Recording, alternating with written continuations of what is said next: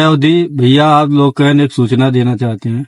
सूचना ये है पहलगांव वाला कि अब तक जो भी सुनने में आ रहा है, जो भी देखने में आ रहा है, वो सब कुछ सही ही है। मोदी जी का कार्रवाई शुरू है और बल्ली बराबर पेले हैं ये सब पाकिस्तान के हैं, ये हमें ना है ढकेले हैं, इस तरीके से ढकेले हैं कि वो भूखे नंगे पानी सबसे तंग होके एकदम गिड़गिड़ा रहे हैं, परेशान हो रहे हैं। बाकी मोदी जी स्वाहा चालू कर दिए हैं, स्वाहा है ये से सब कुछ। बाकी आप लोग इस वीडियो को इतना शेयर करो, इतना शेयर करो कि पहुंचे हमारी वीडियो पाकिस्तान तक। पाकिस्तान तक पहुंचना चाहिए वीडियो, ठीक है। सब तो समझ में आएगा, हिंदू एकता जिंदाबाद है। यदि नहीं गया तो इससे पता चलता है हमारे हिंदुओं में अभी भी एकता नहीं है।